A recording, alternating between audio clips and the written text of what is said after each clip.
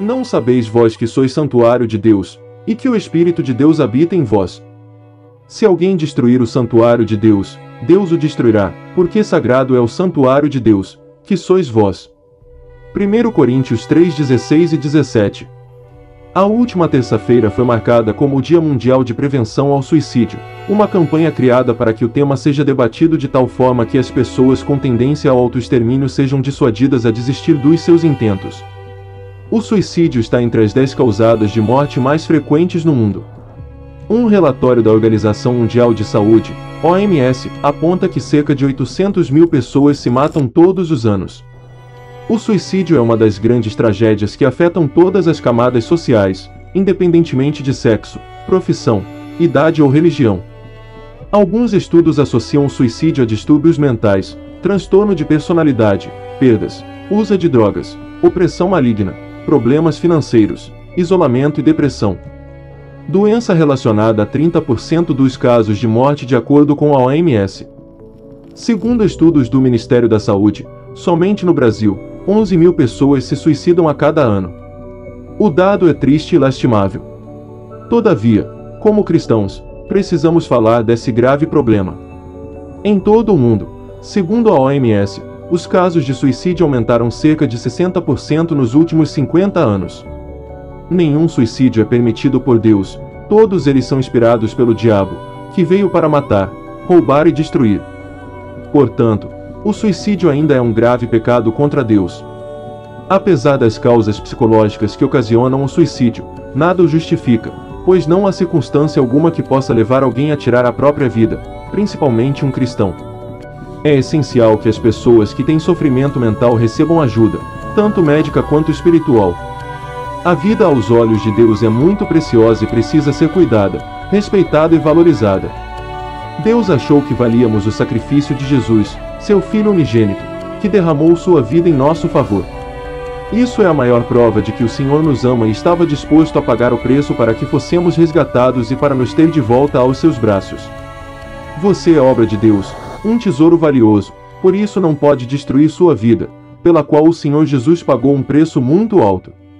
É preciso entregar tudo a Deus, porque somente Ele é o remédio mais próximo para a cura das nossas angústias. Deus nos fez uma obra de valor único. Não desperdice sua vida. Índice do suicídio. A cada 40 segundos em média, uma pessoa no mundo põe um fim à sua própria vida, totalizando quase 1 milhão de mortes por ano. A média brasileira está entre 6 e 7 mortes por 100 mil habitantes, bem abaixo da média mundial. Mas, o que preocupa é que, enquanto a média mundial permanece estável, esse número tem crescido rapidamente no Brasil. Ao todo, 32 brasileiros morrem por dia como vítimas de suicídio, sendo que maior porcentagem é registrada entre jovens de 15 a 24 anos. Embora as meninas tentem mais vezes, normalmente os meninos se matam mais. Falar sobre suicídio causa vergonha, preconceito e tristeza. É um assunto cercado de tabus. Pessoas à volta, até mesmo familiares, muitas vezes não conseguem compreender por que alguém tenta se suicidar. Muita gente ainda vê o suicídio como um pecado sem perdão, um ato de possessão demoníaca. Sendo assim, por mais que isso cause mal-estar, precisamos ser francos e entender o problema para se buscar uma solução. Ao ver o que a Bíblia tem a dizer, você pode chegar à conclusão de que a graça de Jesus vai muito além de onde se pode imaginar para nos salvar das nossas angústias mais profundas. Deus, como doador da vida, a considera como o bem mais precioso. Em Gênesis, Deus formou o homem do pó da terra e lhe soprou nas narinas o fôlego de vida, e o homem passou a ser alma vivente. Por isso, renunciar à vida é renunciar ao maior dom que o Criador nos deu. Deus deixou um claro mandamento: não matarás. Se alguém derramar o sangue do homem, pelo homem se derramará o seu, porque Deus fez o homem segundo a sua imagem. Por isso, precisamos abrir o jogo: suicídio é pecado. Embora a Bíblia não fale claramente sobre o pecado do suicídio, ela diz que matar, não importando quem, é um dos mais graves crimes contra a humanidade, uma aberta violação contra o sexto mandamento de Deus, pois o homem foi feito para viver, não morrer. O suicídio é um crime tão grave quanto o homicídio por assassinato, pois quando alguém, por vontade própria, tenta tirar a sua vida, está destruindo em si a imagem do Criador, o doador da vida. O problema é que, muitas vezes, nós vamos além ao nosso julgamento, e julgamos as motivações que levam uma pessoa a pecar, sem conhecê-las. Quando fazemos isso, entramos em um terreno arriscado, e nos colocamos no lugar de Deus, o único que conhece as motivações de cada coração. Não estamos diminuindo a gravidade do pecado ao dizer isso. Mas, ao julgar se as motivações eram legítimas ou não para alguém cometer suicídio, corremos o risco de rotular, taxar essa pessoa como perdida para sempre nas mãos de Satanás. Dizer que não há perdão para suicídio é uma falácia. Ao nos depararmos com algo tão triste, precisamos fazê-lo com muito cuidado e respeito, e não emitir nenhum veredicto, porque a graça de Deus vai muito além de onde nossa mente limitada e pecadora consegue chegar. A Bíblia fala de pessoas que tiraram a sua vida, como Saul, que se viu sem saída na batalha contra os filisteus. Saul tomou sua espada e se matou. Outro triste fato registrado na Bíblia é o de Judas que, vendo Jesus ser condenado sem reação contra seus opressores, se encheu de remorso. Considerando seu caso perdido, amarrou uma corda em seu pescoço e tirou sua vida. Rebeldia, orgulho, culpa, remorso, covardia, medo da derrota ou das consequências de seus erros são algumas das razões para que uma pessoa cometa esse ato extremo. A pressão das consequências é tão grande que, em vez de admitir seus erros e enfrentar as consequências com coragem e humildade, escolhem acabar com a própria vida. Isso não acontece de uma hora para outra. No caso de Saul, ele já estava caminhando num processo consciente de desobediência a Deus que, a despeito das advertências de Samuel, continuou em progresso. Com Judas, foi a mesma coisa. As razões citadas aqui são o resultado de insistência em caminhar no erro. Até que a pessoa vê que seus projetos não deram certo, e conclui que a única solução é acabar com sua vida. Outra causa para atos suicidas é o consumo de álcool e drogas, que pode degenerar as conexões cerebrais e gerar sinapses nocivas, em virtude do descontrole mental e emocional, da fissura ou da crise de abstinência, levando seus consumidores a atitudes suicidas, como, por exemplo, realizar os famosos desafios das redes sociais, ou tentar escapar do sofrimento pela falta do consumo. Alguns perguntam se Sansão se suicidou. Acredita-se que a morte de Sansão, relatada em Juízes 16, 23 e 31 não foi um ato de suicídio, mas um ato de sacrifício consciente pela libertação do seu povo e vingança pela sua humilhação. Sansão reconheceu o seu erro e se arrependeu. Somente por meio do seu arrependimento, poderia receber o perdão e a força de Deus para realizar o seu último ato, destruir o templo de Dagom e libertar Israel, mesmo que, para isso, tivesse que morrer. Voltando ao tema, as razões acima não são as únicas causas de suicídio. Vivemos num grande conflito entre Deus, que luta para salvar a nossa vida, e Satanás, que luta por destruí-la, e erradicar a imagem do Criador no ser humano. Embora as ações de Satanás sejam relativamente limitadas, ele faz de tudo para tornar a nossa vida mais miserável possível. Foi assim com Jó. Em menos de 30 segundos, Jó ficou sabendo que perdeu suas fazendas, seus gados e seus 10 filhos. Dias mais tarde, Jó foi acometido pela pior praga mortal que um ser humano poderia ter, mas ele não morreu. Tudo isso foi causado por Satanás.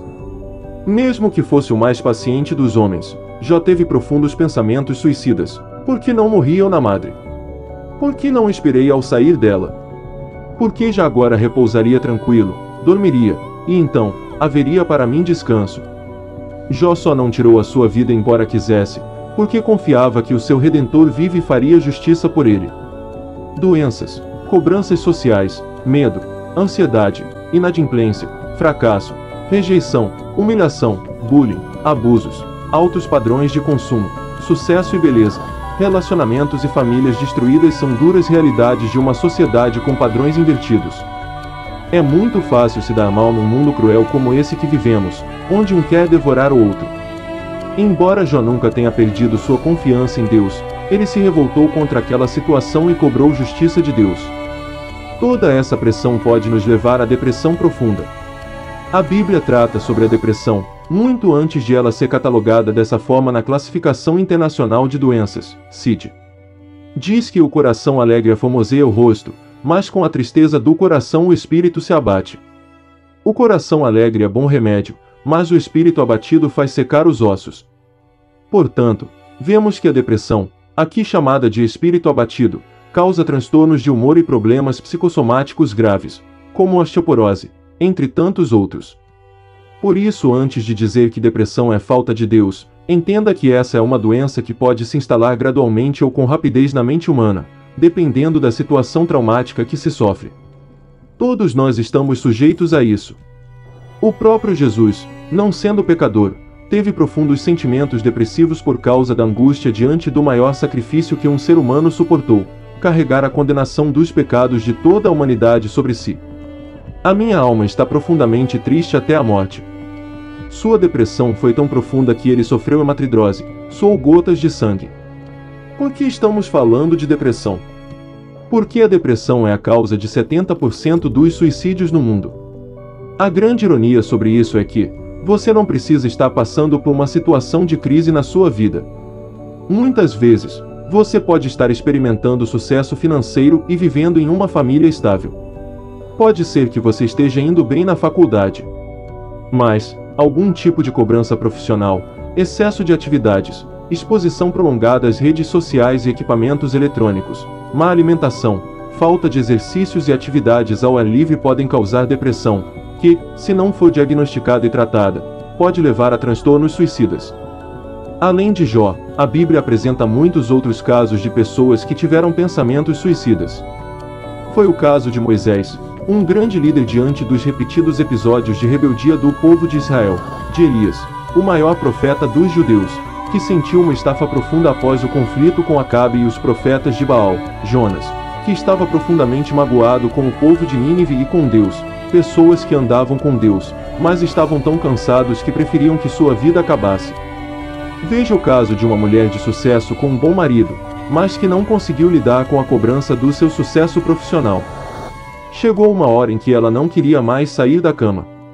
O caso ficou grave quando ela começou a se autoflagelar. Algumas vezes, o marido dela encontrou-a tentando contra a própria vida. Na depressão profunda, a insanidade às vezes se torna a causa de suicídio.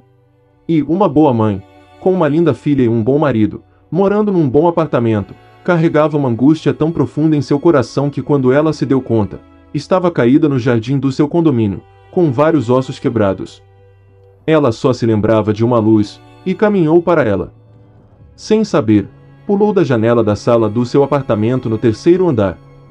Ela estava sob o efeito de antidepressivos. Alguns antidepressivos controlados podem causar impulsos suicidas em pacientes com depressão profunda. Por isso, como podemos julgar que não existe perdão para pessoas assim? A grande maioria das pessoas que tentam suicídio não tem a clara intenção de acabar com suas vidas. Elas simplesmente querem escapar da dor insuportável que sentem. Esse foi o pensamento de Moisés, Elias e Jonas, heróis da fé. Embora não atentassem contra sua vida, eles desejaram morrer para escapar da tristeza ou do estresse profundo. Mesmo assim, a vontade de viver sempre aparece frente ao desejo de se autodestruir. Foi isso que salvou na sua última tentativa. Foi nesse momento que ela encontrou a luz da sala acesa. Quando ela chegou lá, a TV estava desligada, mas havia uma Bíblia aberta na mesa de centro, iluminada pela luz que vinha da janela. Naquela noite, ela começou um duro processo de recuperação. Por isso, não podemos tomar o lugar de Deus ao julgar um suicida.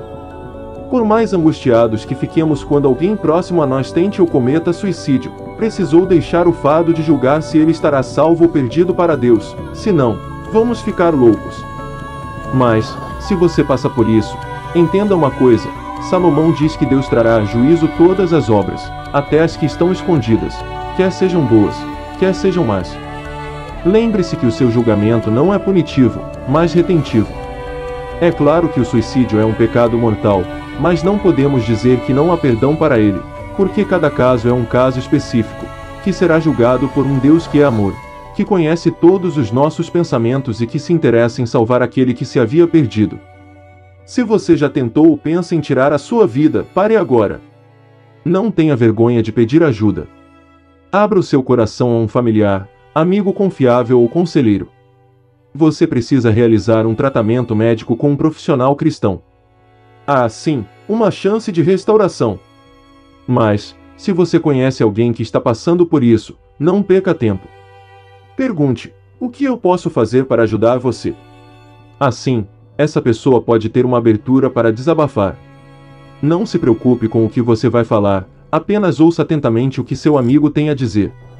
Ajude-o a procurar tratamento médico especializado e mantenha a privacidade dele.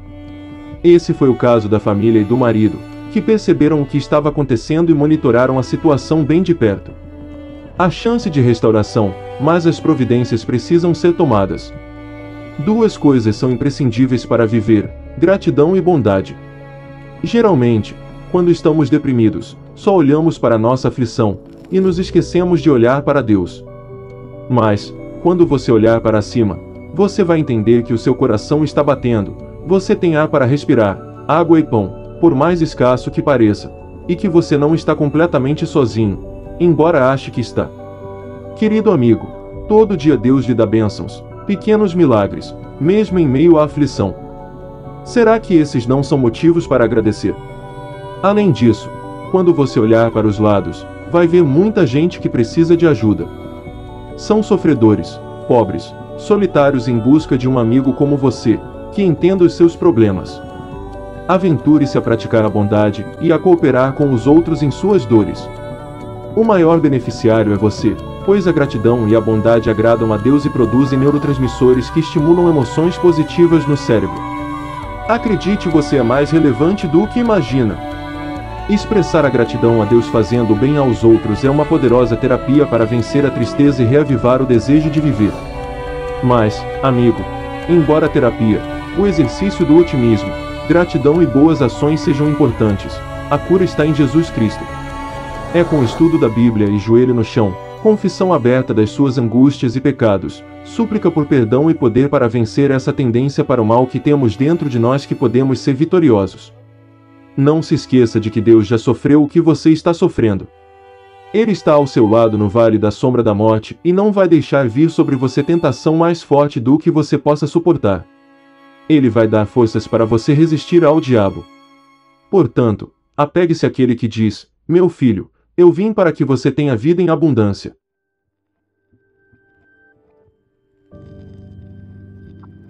Gostou do vídeo? Não se esqueça de deixar o seu joinha e se inscrever no canal. Além de ativar o sininho de notificações, e não perca os próximos vídeos. Obrigado por sua participação e até lá!